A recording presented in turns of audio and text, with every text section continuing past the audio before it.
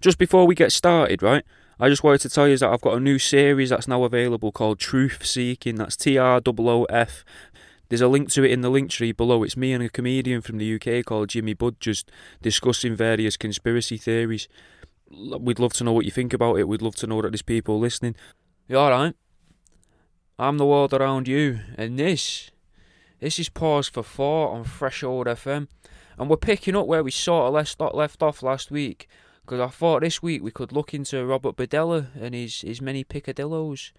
I mean, picadillos might not be a strong enough word, but Bordella's picadillos sounded good in my head as a name for the episode or something. So, I mean, he was a naughty boy. It's easy to say he's a naughty boy, but Bordella's picadillos sounded quite nice, and it almost alliteration. If you have something wrong with the way you talk. There must be a word, though, for alliteration at the end of the word sounding similar. Rhyming, wouldn't it? Obviously, be rhyming. But even then, I don't think it rhymes. Bordella, picadillo. Don't rhyme, but it sounds similar, innit? Either way. So, where serial killers are concerned, I often wonder if they are actually real. People die, innit? I'm not disputing that people die, but the serial killers actually exist as we're told that they exist. Because usually all the backstories are the same and that, innit? Like, they were molested as a kid, they were beaten as a child, they weren't loved enough as children, they have an head injury. So, that's something to blame because, they got hit in the head in just the right place, etc, etc. Now, doctors, scientists and dentists, they need you to believe that they're right so that they can keep their control over both you and your body, and in turn, by controlling them, controlling your mind and the mainstream media as well. But what if these similarities are all just made up?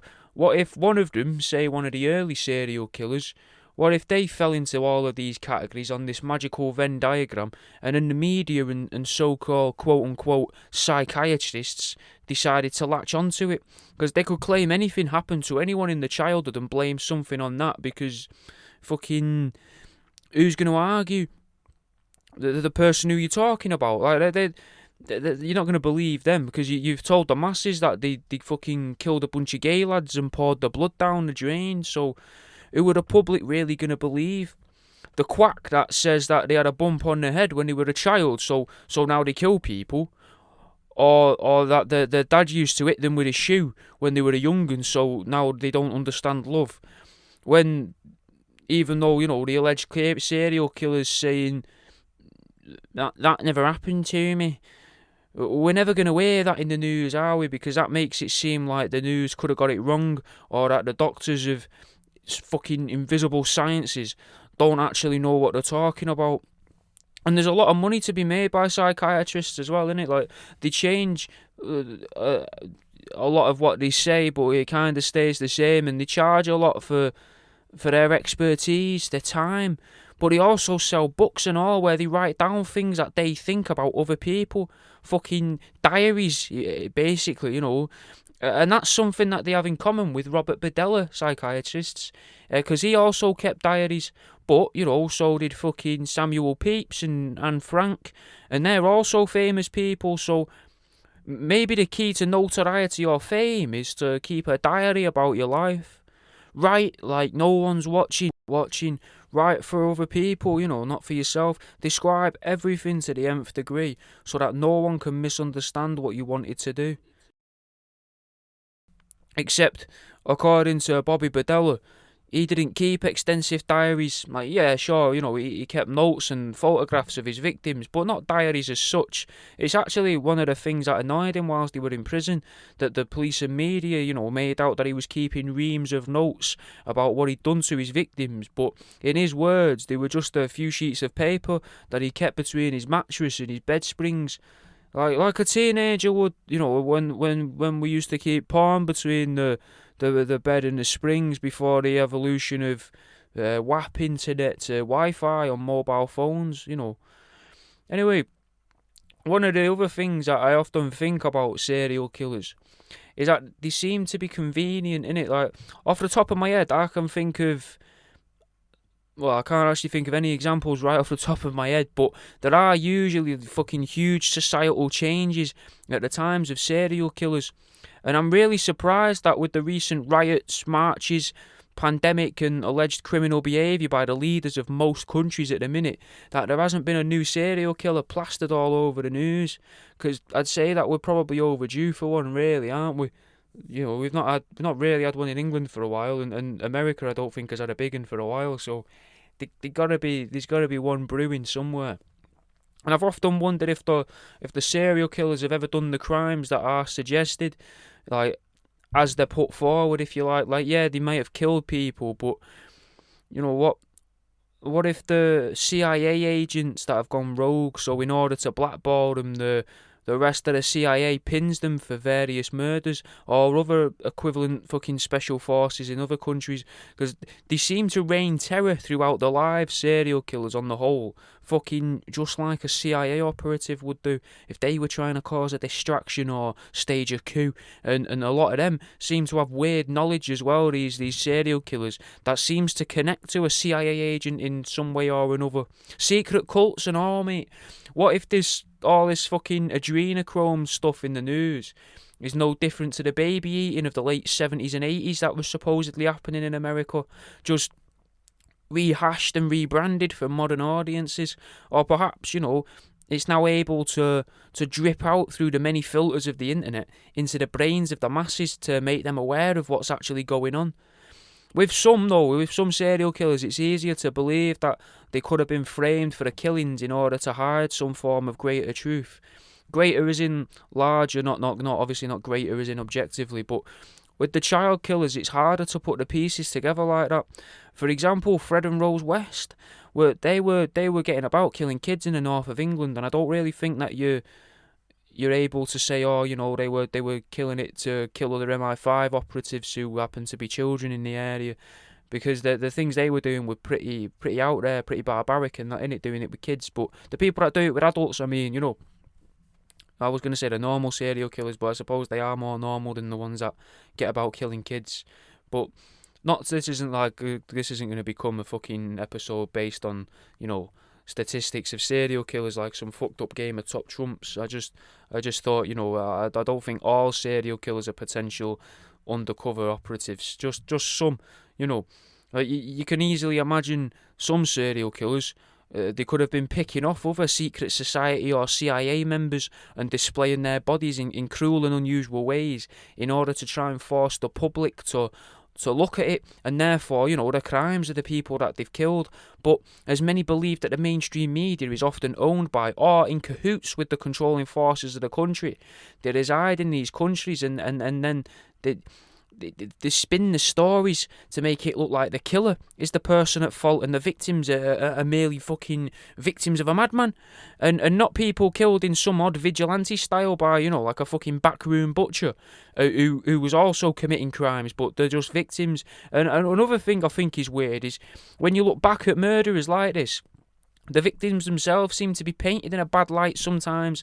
There are fucking loads of examples of the media perpetuating that the serial killer's victims were all prostitutes, which I think could be another form of psychological trickery to try and make the public care less about the victims and to turn the public against sex workers and what is and was viewed by many as a dangerous but tax-free lifestyle. From, Jack the Ripper to today's topic, Robert Bordella, they've killed fucking loads of sex workers, between them. But what if it's not exactly like that, though? What if these so-called sex workers were actually CIA agents or OSS agents or members of some secret society or blood magic cult that's spanned for generations throughout time? But rather than tell people that, in the truth, they tell us that, there were sex workers in the papers and on the news, so that many people will think in the back of their minds, they kind of deserved it then, rather than looking into their personal lives, seeing if they were in fact, getting through fucking meters of penis a week, or were they actually involved in some fucking shadier dealings involving drug trafficking, gun running, and fucking literal human resources. Yet, another reason why it seems likely that a serial killer will be pushed into our faces by the news soon, because You know, all the OnlyFans stuff that's getting pushed around, all the OnlyFans gear and that, and recent public acceptance of sex work in the media. One of the examples, right, of weird things happening around the reign of a serial killer, right, what I was talking about earlier on, is with you. Do you know this about the Son of Sam? There's a fucking Netflix thing that's come on recently. You can watch that, but I've not really. I've seen a bit of it, but I've been doing other things. But I remember with that case, they told the public that he was going for women that looked a certain way, with certain coloured hair, certain length hair, and it made a load of people go out and fucking dye their hair, convinced fucking loads of women in New York, right, to get haircuts and dye their hair to avoid getting killed by a man who fucking takes orders from a 6,000-year-old demon that converses with him through his neighbour's dog. So could all of this have been some form of experiment to see how easily they could influence the public to purchase something, to take their own initiative, or to trick people into making a decision that they think's their own, like a subtle brainwashing technique? And what was in these hair dyes as well used at the time? Could they have added chemicals to those batches of hair dye to test a literal form of brainwashing on the unsuspecting, already scared masses? Because the women who've dyed their hair must have been scared for their lives, maybe otherwise they wouldn't have done it. That means though, that they might sweat more, which also means that their body chemistry, I mean, I'm not a scientist, but why would we listen to them anyway? But their body chemistry could have been altered, or would have been altered, shall we say, by cortisol or whatever the fucking stress chemicals called, and maybe that, mixing with the possibly experimental hair dye, could have influenced the population of New York for a couple more generations after damaging the brains. I'm not to say that New Yorkers have damaged brains, I don't know any that I'm aware of, but just as an example, you know, we don't know what it's done. Like when they put lead in car petrol and that, now it's all unleaded because they found out the lead in the air were fucking making people aggressive, or so they thought, which realistically was probably just all the PTSD floating around from after, you know, coming back from World War II. But, I mean, that's a story for another time. So, you got another example, though, of how a serial killer, or at least the influence of a serial killer could affect an area, is in property value. I know it seems grim to bring money into it, but if you want to buy property in a landmass, you know, and then have a lot of it, then you're going to want a good deal, aren't you? So you're going to want to buy it in bulk. So if you can convince loads of the locals to move out, like maybe that's what they used to do with hauntings, or if streets haunted, everyone would move, you know, and then they can buy the land cheap because now there's loads of it available and that makes it cheaper, you know, that's basic business really. But the value of them properties would drop, like I say, because there's so many of them. And then you get that land for a literal killing, you know. And what about Ted Bundy? Like, they said he had his arm in a cast, so how do we know that wasn't some form of psychological operation, let's call them a psyops, like everyone else does, to turn people against injured, or fucking to turn them against disabled people? I can tie all of these things together, though, innit, like a shit puppeteer, mate. What if during Ted Bundy's time, right, we had an influx of alien visitors, but through whatever perception filter is in effect throughout the world, instead of the aliens appearing as regular people, they would walk around with limbs that you could see were the alien limbs, or they would just sort of looked sort of weird, like tentacle-like or something, or some form of weird appendage that we can't even imagine, so that kind of thing. Do you know what I mean? And then you got the fucking... The filter wouldn't work. Maybe it would only work on 3/4 of the limbs or something, meaning, you know, if they had 8, only 6 of the limbs would turn into 2 legs and an arm, and then they'd be left with these 2 fucking tentacles, mate, flapping around, you know. Meaning, though, that then they had to be like, right, we need to cause a physical thing here to fix this, so we're going to have to, you know, when you come to the planet, you got to pop your arm in one of these so it looks like you've only got, you know, 2 arms rather than tentacles, but it's going to look like you've got a broken arm and you can't take it off and use it until we fix the perception filters.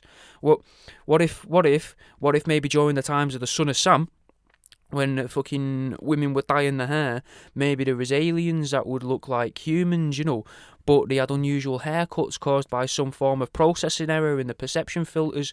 Maybe they had really weird patterned skin and it just processed it to look weird, and that's why they were like, oh, we need people to get their hair cut now and dye their hair so that these aliens that have come here and the broken perception filter isn't as noticeable to people. Meaning, that could be why a lot of people may have dyed their hair short and cut their hair short and fucking dyed it blue, or, fucking reasonably short and green.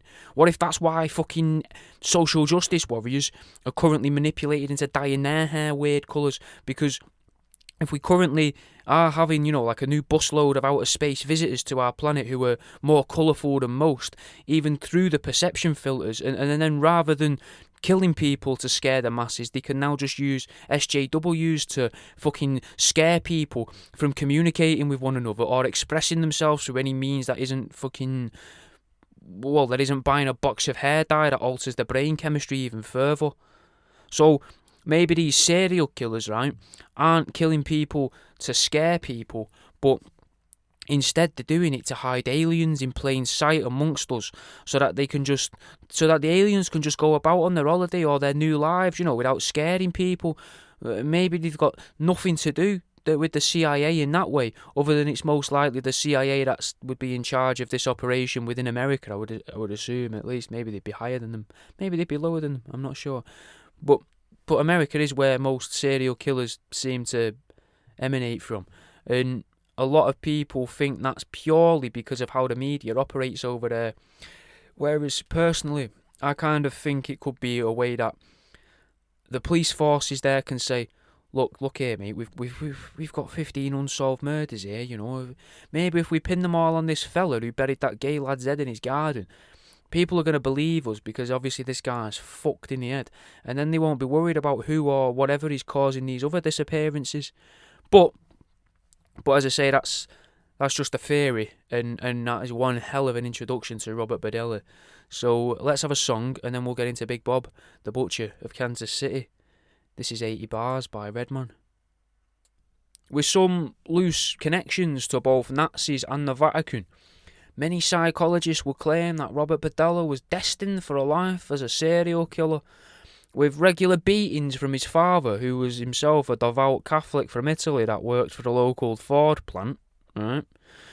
Which were also coupled with an emasculating talking down to, whilst his younger brother was often put on a pedestal by the same father.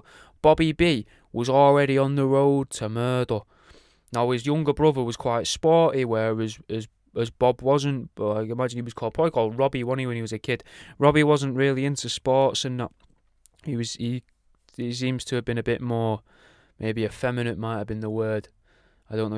I think that's okay to say, because he wasn't like overly masculine anyway, and his dad didn't really like that, and his dad wasn't really keen on him. But even knowing this, even psychologists knowing that Bobby B would already be on the road to murder, because even if they were aware of the loose connections, as I say, to Nazis and the Vatican and the beatings from his dad and that, there was no way of telling at all who he would actually decide to kill, because as much as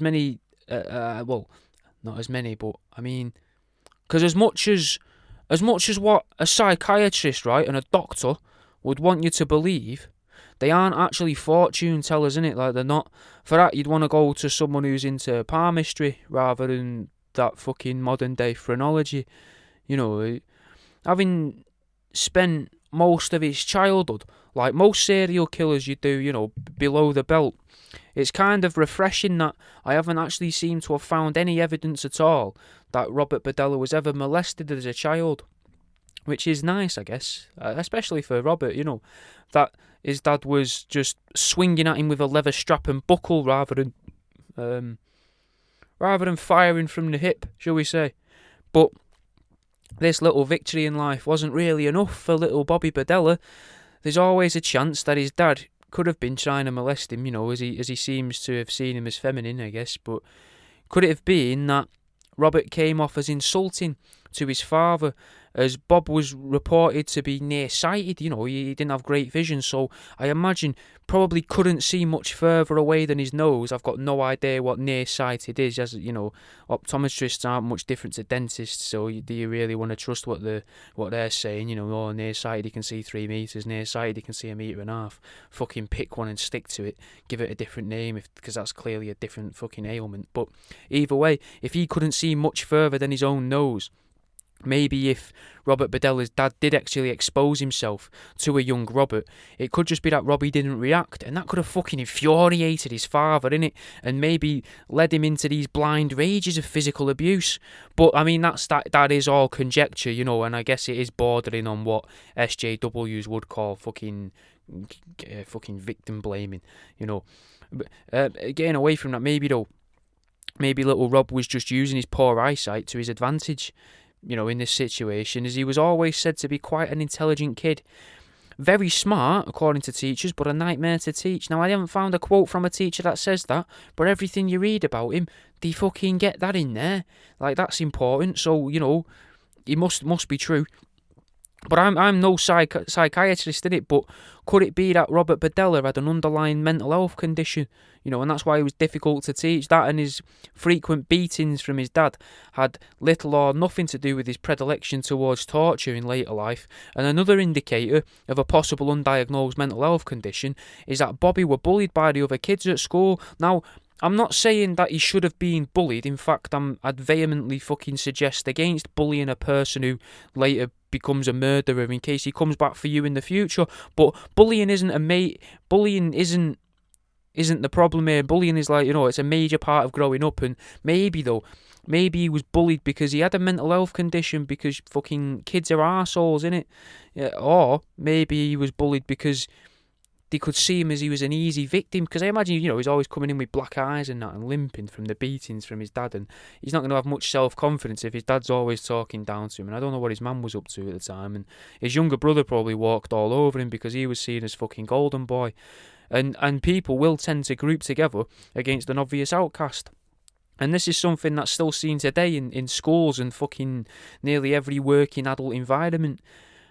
Now, his childhood, though, it wasn't all doom and gloom. It would be bittersweet to a point, in a way that many say it is when a child gets married, in the sense that a parent says, oh, I've lost a daughter, but I've gained a son. Except Robert lost a father, but also lost a domestic abuser. So, like I said, bittersweet. And I imagine there was a lot of emotions tied up in the relationship, both good and bad. He already is me dad. Oh, he beat shit out of me, but he is me dad. Oh, but it hurts, So it must have been a hard thing for Robert to go through, as it is for anyone to lose a father, and especially, when you're a Catholic and your dad dies on Christmas Day. It seems a bit much, doesn't it? Now, Robert Bordella, as he got a bit older, into his teenage years, he was an avid philatelist, which obviously doesn't mean he did good things for other people, but it means he was a really, really lonely and boring guy. He collected stamps, right? And here we have another little conspiracy. A lot of bad people in America seem to get linked with the postal system there. You've got the Unabomber, Ted Kaczynski, who sent round fucking, I think it was nail bombs and pipe bombs. And then you've got Bruce Edwards Ivins, I think we've spoke about him before, who apparently sent round anthrax in the post about a week after 9/11, and they reckon he did it to try and save his career, but he still killed a handful of people. And you know what all these people have in common? It's not jobs, it's not high-paid jobs, it's not being beaten by their dads, it's not the psychology of it all. It's not, he was emasculated, or his mum used to flick him on the dick with a fucking bamboo cane, like fucking, oh, bollocks, what's his name? The Russian guy, someone in the Discord, the Russian guy. Still not coming to me. It'll probably come later, and I'm just going to shout it out. But the thing in common with all these killers here is the use of stamps. Could it be that stamps are actually to blame? Could the glue you lick on the back of a stamp be poisonous or toxic, and when absorbed in large quantities cause detrimental effects to your overall mental health? Hi guys. We'll get back into it in just a minute. I just wanted to remind you that my shop, worldaroundyou.com, is back open, and mystery boxes are available again. So if you order one, I'll have it sent out to you, by the end of the week. It's like a box of dead things straight to your door. I kind of think that Bruce was a bit worried that they decided against the form of terrorism that would have made him money, in the sense of, they've gone for shock and awe now, the people in charge of 9/11, rather than cloak and dagger, which is what I assume they would class anthrax as. Biological warfare seems very cloak and dagger, whereas blowing up a building full of people, shock and awe. So maybe the FBI were right about that, about him wanting to do his, he still wants a job. But I mean, if we can't trust the CIA, dentists and psychologists, can we really trust the FBI? Now, that's one that I'll leave up to yous. That's for yous to decide. Let's have a poll in the Discord right now. Can we trust the FBI? Getting back into Robert, though, his stamp collecting would mean he could communicate with people all around the world, and it would lead him to communicate with people all around the world, so he could get stamps from all around the world. And he did. He had friends in Asia that he would regularly receive packages of jewellery, antiques and correspondence from. Many, including myself, believed this would spur on his later interest in life. Not in his possible undisclosed porn habits, but because he later became an antiques and oddities dealer and held a market stall, and later on a little shop selling handcrafted oddities, jewellery and antiques from all around the world. Which is good, innit? Like, I do a bit of that myself. Not to say this means I'm going to go on to do the other. My dad never beat me, and I don't think I was ever molested as a kid, as far as I can remember. And, that's going to be a horrible thing for any, fucking potential uncles to hear. Like, you don't even remember me. And they're crying now. But then again, why would they be listening to this? They won't view me as a person, so I don't think I'm going to hurt their feelings. But back into Bobby, it's surprising that the media didn't use these, I think they were Burmese pen pals, as a reason for his later crimes, because in my opinion that seems like a very, very American media thing to do. America, being the home of propaganda. Well, maybe not the home, but one of the better places that do it. The place that took propaganda and made it their own. Or at least that's what they want you to believe. And at the end of the day, I guess all the serial killer stuff could be seen as some form of propaganda, Oh, look how good our police force is. We caught all these uncatchable criminals. Ooh, look how good our science is. We've invented new terms for things that we can throw into the fucking DSM. And other such sort of phrases that they could throw on posters. And now, as Robert got older, he developed a little bit of self-esteem, and in the late 60s he went to the Kansas City Art Institute, where he had the full 60s American college experience. Using his intelligence and newly found people skills, he developed a network for selling drugs at a profit, whilst also promoting an anti-authoritarian view of the world, as fucking many intellectuals, or at least pseudo-intellectuals, seem to do. Now, I'd argue, my personal opinion, that true intellectuals will acknowledge the system in place internally and then use it to their advantage as they grow older. Just as a little, side note for the people there.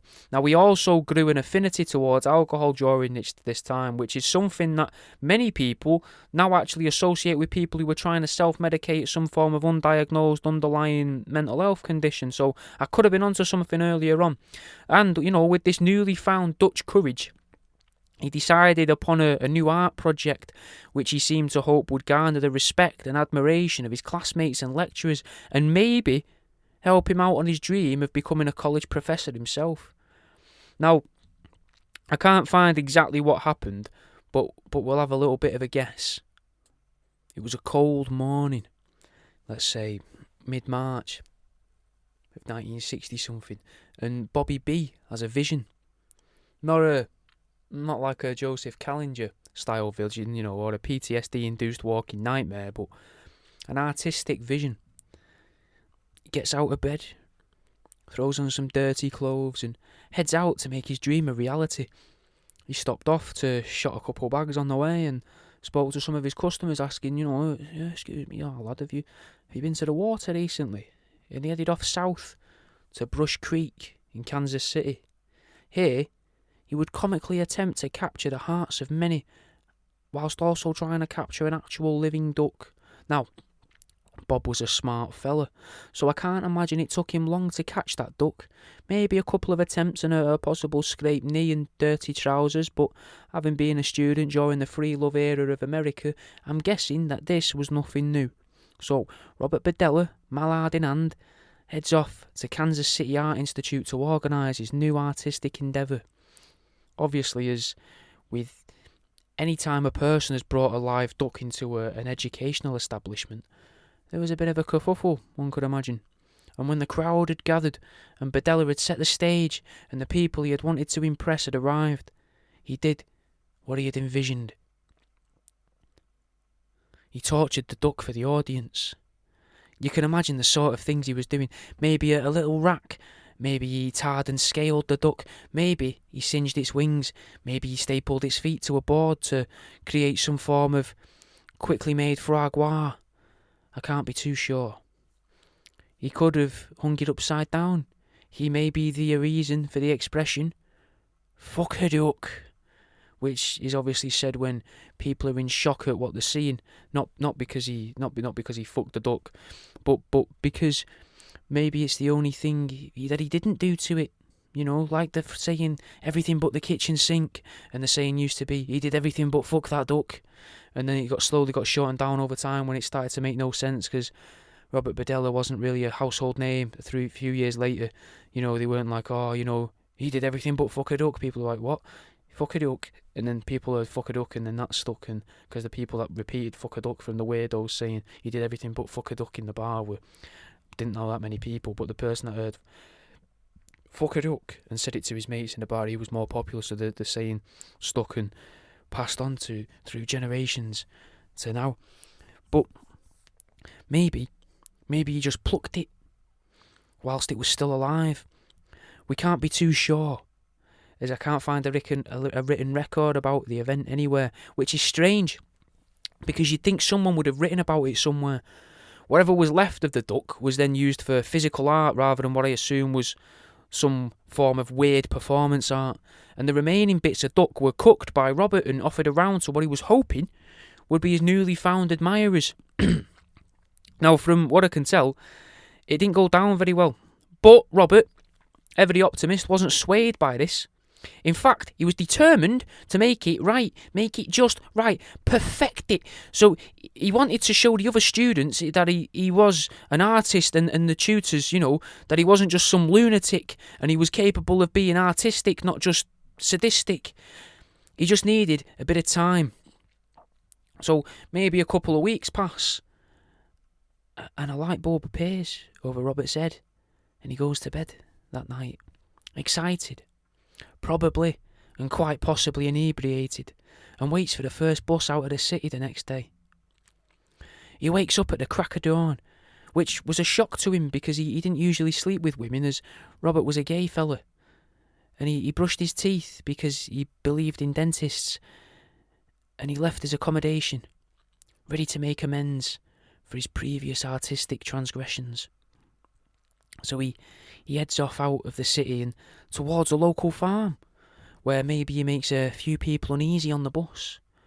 Might have flirted with a farmhand or two, maybe even belittled a woman who manned the farm shop, and he leaves the farm with a fully grown chicken and heads off to college to illustrate his brainwave to his soon-to-be friends.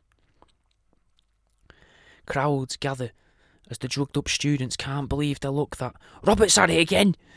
This time, the crowd's a bit bigger, as they've heard what happened last time, and they want to be there to experience history for themselves, first hand, from a man that was determined to change the art world and the relationship between man and animal for the foreseeable future. Tutors are sweating as Robert rallied the audience and got them prepared. With his newly developed showmanship skills, he was able to get everyone, much like the waterfowl, on tender hooks. You could feel the atmosphere in the room. Tensions were high. You could cut it with a knife. And that's exactly what Bordella did. He'd figured out the issues with his last performance and decided, to switch it up a bit. The problem last time was that people just don't want to watch a grown man torture a duck in an atrium that seats about 250 people. You see, Bordella had learnt how to read a room. What the people want to see is a man choke his chicken in an auditorium. It's easy to imagine Bobby Bordella with his hands around the chicken's ankles, swinging it back and forth, gently at first and getting more aggressive to pacify the bird, as is custom with any poultry owner when you're about to do anything with a live chicken. Except this chicken wasn't much longed for this world. This chicken was entering into the art world. Bobby Bordella might have shouted something like, "What would a cockadoodle do?" as he swings the bird more viciously around the stage, occasionally stopping to measure the take of the room and to flick the chicken in the eye. The audience, astounded, stood in silence as the once quiet kid stepped into his role in the world, kicking the saloon doors of insanity off the hinges as he shouts, "I'm about to make this chicken disappear." He then could have put the chicken, clearly shaken, into a black cardboard box, which he may have then tied some red ribbon around it and made a fancy bow. The crowd, hoping it's over, may have started cheering, hoping that Robert would see this as the time to stop and to save the life of the chicken, whilst also being simultaneously relieved that the duck incident had just gone a bit too far and he hadn't actually intended to kill it. He was freeballing at this point, and had been since he'd thought of the line, "What would a cockadoodle do?" And he lifts the box to a standing ovation from his peers as he holds it there like Rafiki held Simba before smashing the box down on the ground and sitting cross-legged to open the box up like a child at Christmas. This seems likely because his dad had died at Christmas, if you remember before. Then, upon opening the box and fighting with a clearly bewildered and at this point possibly exhausted chicken, Robert swung the chicken round from one leg, arm fully extended, like he's trying to get all the sauce in a bottle towards the lid end of the bottle and he doesn't want to slap the bottom of it. Except the centrifugal force here is just stretching the legs away from the chicken's hips, and the eyes were bulging out of the chicken's face. As you can imagine, Robert's were as well with his newly found 15 minutes of fame. After all, this crowd had gathered for him, and he knew he needed a big finish, because it was like he was on, America's Got Talent. He knew that he wanted that golden star, that golden buzzer. So the music stopping in Robert's head, his heart pumping, pumping, pumping, pumping out of his chest.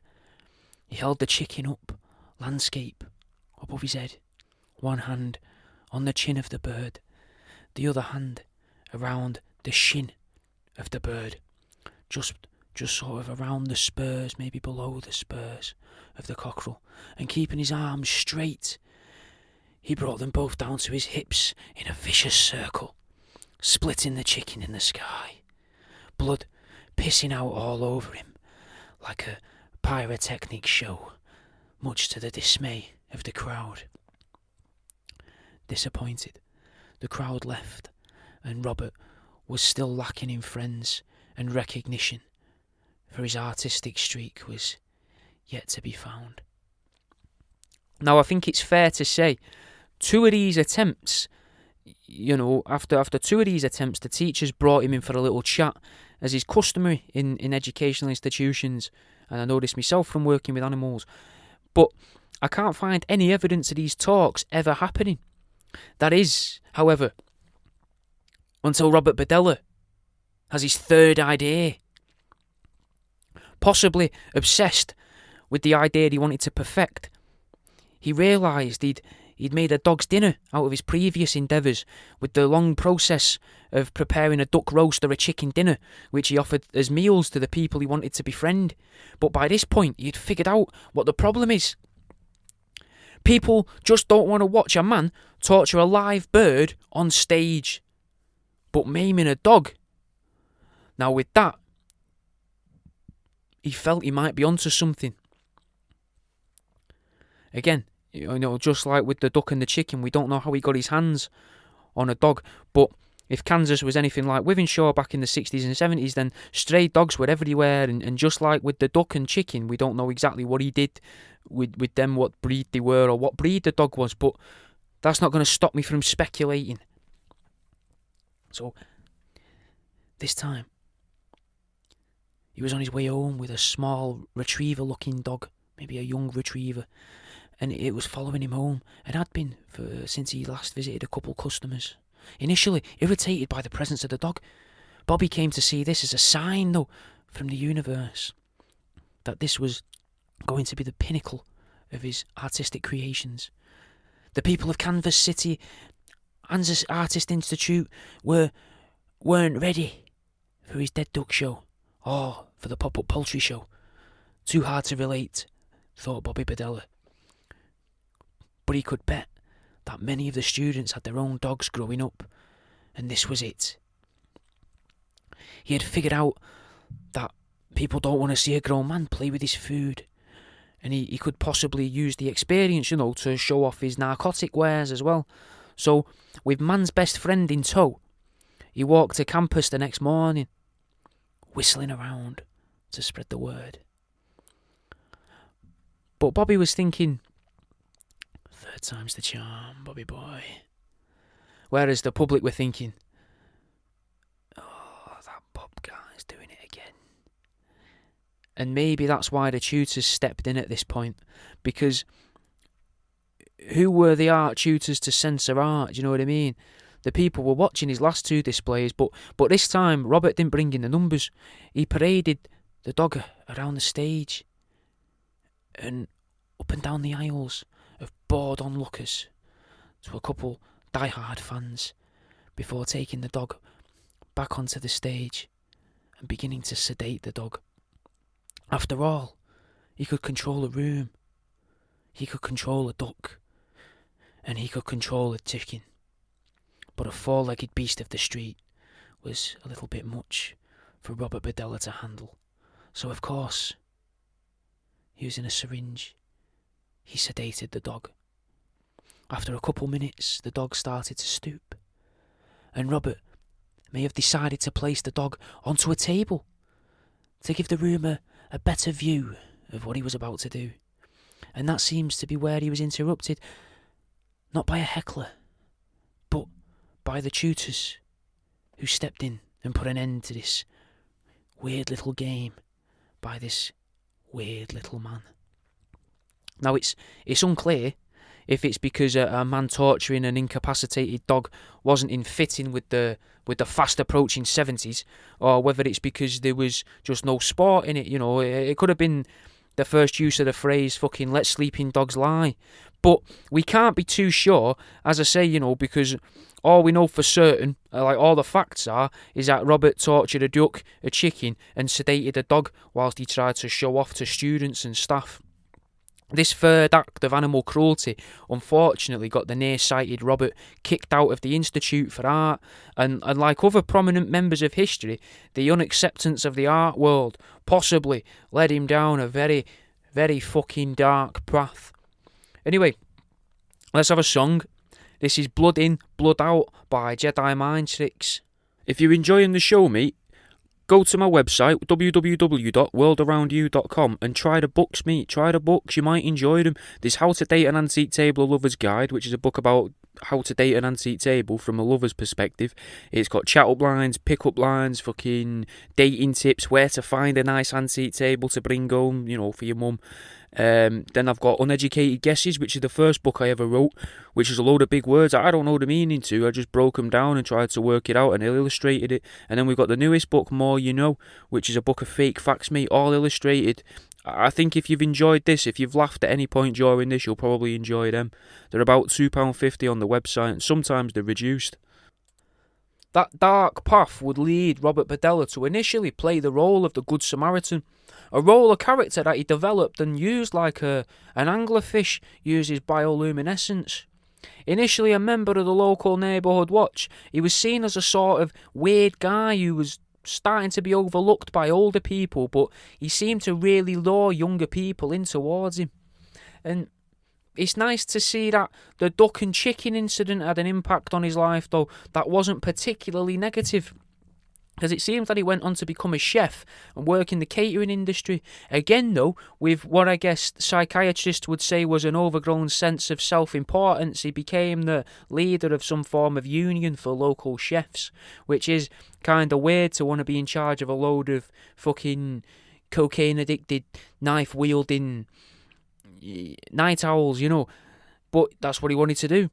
And I'll be dead honest, it's impressive to see what he was actually capable of in this sense, because I imagine the chefs' union might have actually helped people, but I can't help but wonder if the neighbourhood watch thing was so that he could keep an eye on his turf, you know, and make sure that he didn't have any other predators on his patch. The people were his prey, and I can't imagine he would take too kindly to someone coming and stepping on his toes, you know. I don't really want to focus on his murders though and go into them, because it just feels a bit grim, innit, and weird to talk about, oh, he killed this guy by doing this, and he killed this fella by doing that, and then he held this man and looked him in the eye. It just seems fucked to do that, and I know that you can find that in a lot of places, so it's not really my sort of thing anyway. Like, I have nightmares enough as it is. I don't really need to learn about that sort of shit. But long story short, he killed 6 people that we know of, though police do seem to be keen to accuse him of a lot more. And the locals did as well. The locals wanted to accuse him of killing more people. And they also thought that he was using his chefing skills in a sense, which we'll get into in a little while if we have time. But I guess he also used his chefing skills to dismember the bodies of his victims, which led him to bury the head of one of his victims in his garden. Well, actually two heads in his garden, but not at once. There was like a 2-year gap between the first and the second, and he just simply swapped them around, swapped one in for one out. Like, you know, I mean, in essence, it's fair to say that he gave head to get head, but from his lawn and not from a lover. The lovers that I do know about as well, I suppose you can't really call them his lovers, because they weren't really lovers. They were definitely victims. Like, they were people that he. Well, I'm assuming. Well, from what I've read about most of them, he did. I didn't like reading about it in it because it's fucking grim. But he was a rapist as well. So I didn't mean lovers in that sense. I just meant, you know, because he gave head to get head kind of thing. I don't think he really had lovers. Though it would be interesting to see if he did. And then he also had this going on as well, because serial killers seem to be able to run their heads in some form of, is the word dichotomy, the duality kind of thing, which is bizarre. But if you're listening to this as well, thinking like, how could you even imply that they were lovers when, you know, he was raping them? Then you should know that his last victim, the fella that survived it all, was found outside of his house wearing nothing but a dog collar. And at the time, Fox News ran a competition where if people came to the radio station wearing a dog collar and a dog lead, that they would then win some form of prize. Now that's a huge network now, innit, spread all around the world. So if they can say that, then I can say this, you know, that was fine, you know, because, you know, and now, because of that, I'm now expecting big things for Threshold FM, you know, like, we're not running any competitions here. Anyway, we know about the murders because, well, the stuff we know about the murders, we know that because he kept photos, and what he started at the start, they were dubbed diaries, not as in they were recorded, like, not dubbed as in, you know, they were re-recorded in Japanese or anything, but the media and police said that he kept extensive diaries about his torture methods, his murders and rapes of his victims. But Robert himself was actually quite disheartened and seemed to be confused by this, because he viewed them more as loose pieces of paper that he kept under his bed with hundreds of photographs of his victims, which doesn't make it better, but makes you think he's probably telling the truth to some degree, and that the media were maybe inflating it to make it a bigger story, to maybe sell more papers. I don't know. He also claims the police were aware of people going missing as well, and that the police did know about it. He seems to hint at the idea that a lot of people were murdering people at the time as well, and that it was convenient for the police to ignore it all. And it kind of feeds into my idea of the secret societies and CIA from the start of the show. The idea that he was trying to draw attention to something in the only way that they would understand. I think all of his victims as well were male prostitutes, which ties in with the idea of making the victims seem less significant and relatable to the masses, whereas in other serial killer cases they made out that victims were completely random. Getting back to how Fox, though, the radio station, though, apparently there was a Robert Bordella parody song that upset Bordella and obviously the fucking families of the victims. The station as well connected that song with the competition for a dog collar, where you would win something if you came in wearing a dog collar and a lead, which is fucking weird. But you can see why people might have thought it was a laugh, you know, because they're taking the piss out of a dickhead. Whereas now people might be thinking, well, you shouldn't take the piss out of him because it's not fair on the victims. Whereas people don't. I don't think you should. That kind of, in a way, that kind of protects the person who did it as well. I think if someone is an arsehole, and obviously serial killers are the biggest arseholes, or some of the biggest arseholes going, then why shouldn't you be able to make fun of these people that seem to believe they can play God? Do you know what I mean? Like that, it doesn't make sense in that sense. So I guess. I would like to hear the parody song, basically, is what I'm saying. But another thing that upset the family's victims was a weird rumour that was apparently circulating at the time, which stated that Bob was feeding his victims to people from his market stall, like fucking Eric Cartman, you know, because he would often have this weird smelling food apparently on his stalls. But according to Robert, in an interview that I saw, he would have unusual food because it was part of something that Americans call a potluck, which is basically where you just fucking force your food upon other people, I think. And he would do this with other stall holders because they was all bored of eating the same shite every day. One member of a victim's family, though, took it all a step further, and the mother of one of them decided to sue Bordella for, I think it was $5 billion, which obviously he fucking couldn't pay. Not many people could pay that, but that did mean that any money from any publication or book about his story or his life or anything he ever did, any of that money would then later go directly to her.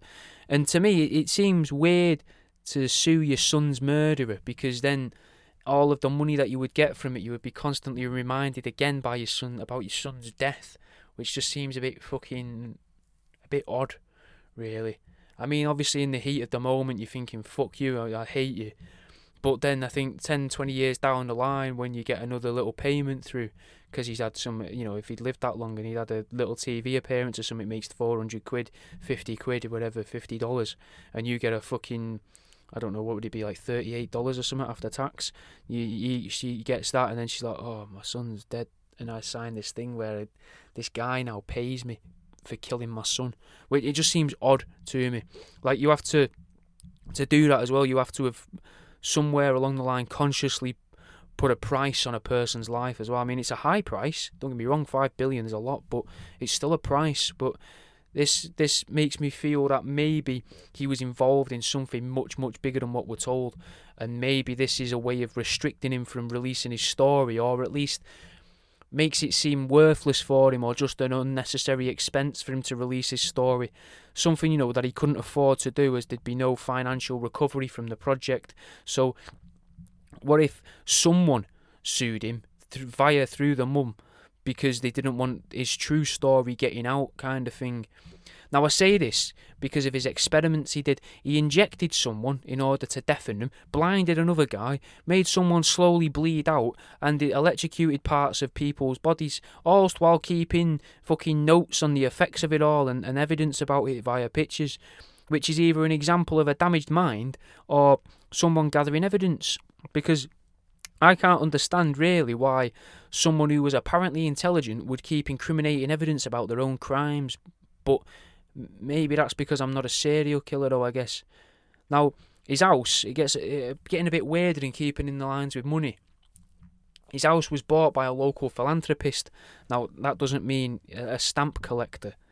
It means someone who does good things. Except this good guy started his money-making career as a bank robber. He was called Del Dunmire, and he died in 2016. So he was a local eccentric, and he bought the house and demolished it brick by brick, hiring a team to destroy the house and turn the garden over with the help of a PI by the name of Ashley Heard. Unfortunately for the investigation, I guess, and for finding where these other missing people potentially were, but fortunately for their own, I guess, mental health and for the fact that there were no more dead people, they found no evidence of further bodies. But it did make me wonder, though, if they were just trying to cover the tracks, maybe for a secret society or something, by destroying the property, especially with the bloodletting that seemed to go on where he bled the guy out in the house, where most of which that blood apparently got poured down the drains as well. What Dell did then with the property was split the landmass and apparently gifted it to the neighbours on each side of the property. So there is a part of me that wonders if he did it because he didn't want the dark legacy of Robert Bordella to surpass him as Kansas's most known criminal, possibly like an ego thing, or was it just to be nice? Because it might just be to be nice. Like I've read a lot here about a fucking horrible person, so maybe the guy was just like, you know what, I can afford to do it, I can help out, I'll help. Or was it to cover up something unfathomable, something we couldn't even imagine, mate? But something about Dell, though. Dell was an interesting guy to read about. Something fun about him was that he hired a whole hotel for the city, the entire city, and invited the entire city to come to a hotel for his second wedding, and he paid for them to stay and paid all of their room service charges. And he also, at some point in his life, went out and caught a load of local prairie dogs for a local zoo for an exhibit that he'd funded. But unfortunately, they actually started attacking the captive bred ones that the zoo had bought. And he had other dealings as well with these burrowing animals at his factory, where they apparently went to war with each other because they were in an exhibit that was far too small for them, according to what I think zoologists, since have said and suggested. And as well, Dell had literal ties to literal stonemasons as well, but I guess you would expect a multimillionaire to have connections to the Masons. Like, that's not going to be anything new, especially, when he was having a lot of brickwork done because he tried to buy an entire square. So maybe he was just a weird, over-the-top rich guy there doing nice things. Either way, though, whether a former CIA agent, defective sleeper agent, a fella in cahoots with alien visitors, or just a nutter that wanted to torture and kill people, Bordella is dead now. And long since dead. He died in a prison of a heart attack in 1992, I think. But he was very scared about moving prisons towards the end because he believed that the prison system and its officers were planning on coercing the other prisoners into killing him and covering it up. So, but, who do you believe? The doctors or a serial killer? And that's all we got time for, guys. That's the end of the show. Later on, I haven't actually looked at the schedule, I'm not going to lie, but I'm guessing we got HDR. We always have a bit of HDR. Jimmy might be on later. I think he is. And tomorrow, episode of Truth Seeking on Threshold FM, 7 o'clock live on the Thursday. Me and Jimmy, Conspiracy Jim and Tinfoil Jack, fucking talking about some podcasts I think that we've liked. This is a little hint for what's coming up for yous. I'll see yous in a bit, guys. Thanks for listening, man. If you enjoyed the show, give it a share online, share it in your Instagram stories from Spotify, send it to a mate, talk about it on social media, tweet me, mate, tweet me. When I get 2,000 followers on Twitter, I'll be doing a taxidermy giveaway, so, that's something for you, innit? That's a little something. @WorldAroundYou, same as the name of the show. I'll see you in a bit, mate.